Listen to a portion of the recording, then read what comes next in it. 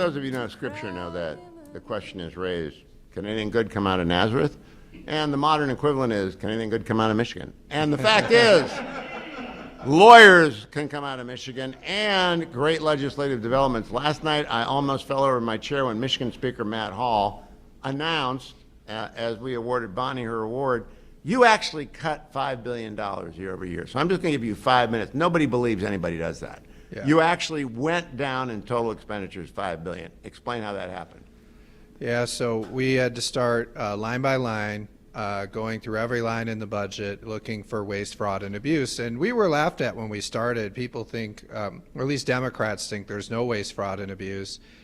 What we found, and I will tell you, I have an example. The Democrats say they go through line by line.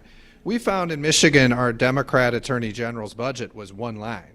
So that's pretty easy when it's one line. So we said, no, we're going to turn this into like 50 lines, and we're going to find out everything that happens. And we had to do that in many places. But we found ghost employees. We found about 5,000 ghost employees, which are fake jobs that our Democrat Governor Whitmer created to pad departments. And that was hundreds of millions of dollars. We started looking at the grant spending that was going on and saying, why are we giving our money to to arts grants, to, so many museums. Barbershop quartets. Yeah, barbershop quartets. I couldn't believe it. Yeah, there were so many. I mean, and I mentioned the barbershop quartets came to the Capitol to protest us, and they were singing protest, and people said, wow, you're right. They didn't believe me this was real. And it's like, well, they're here. We saw that. There were millions in these grants. What did they want the money for?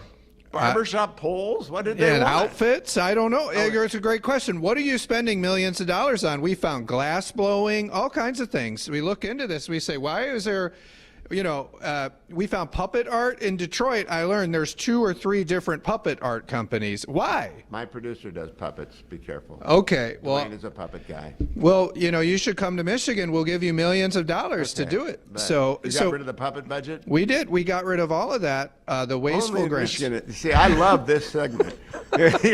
You're doing puppets and barbershop. You're giving me material for years. Yeah, and so there's hundreds of millions of dollars of these wasteful grant programs. So we looked at the ghost employees, we looked at the wasteful grant programs, and then we started looking at big expansions in departments of government. I mean, in one department, governor, before the Republicans controlled the House, hired hundreds of new state workers to investigate complaints on gender identity in small businesses across Michigan. And we got rid of all that. So there was a lot of that was easy to cut. You have a very narrow majority in the House, right, and you don't control the Senate, and you have a Democratic governor. So how did you get Democrats to agree to a $5 billion cut?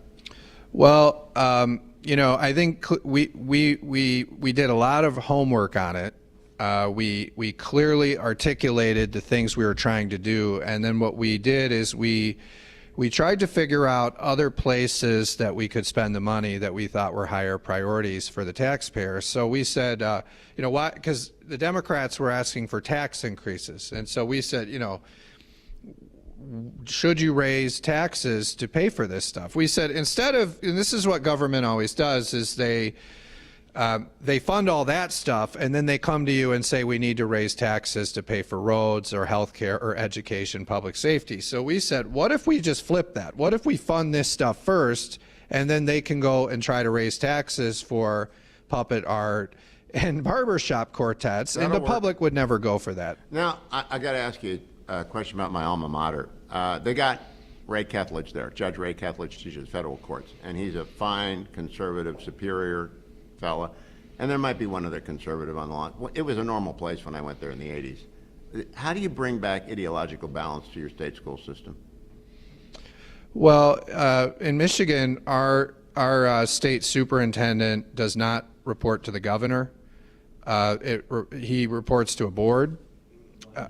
So what we're going to try to do is do an amendment, a constitutional amendment in Michigan to move that superintendent under the governor and basically change the scope of the board so that we believe we're going to get a Republican governor after this election. In Michigan, it generally switches back and forth, and we're likely to get a Republican. So we want the Republican governor to be able to hold that superintendent accountable, because right now, when it's an independent board, it hasn't been working. Well, good luck with that, Speaker Hall. And I want to just say, I know a lot of people got honored, and you honored your approach chair last night, but hats off to you. $5 billion is real money, and if every state did the same thing, that would be $250 billion that $250 billion that the states would save, and that would be a wonderful thing.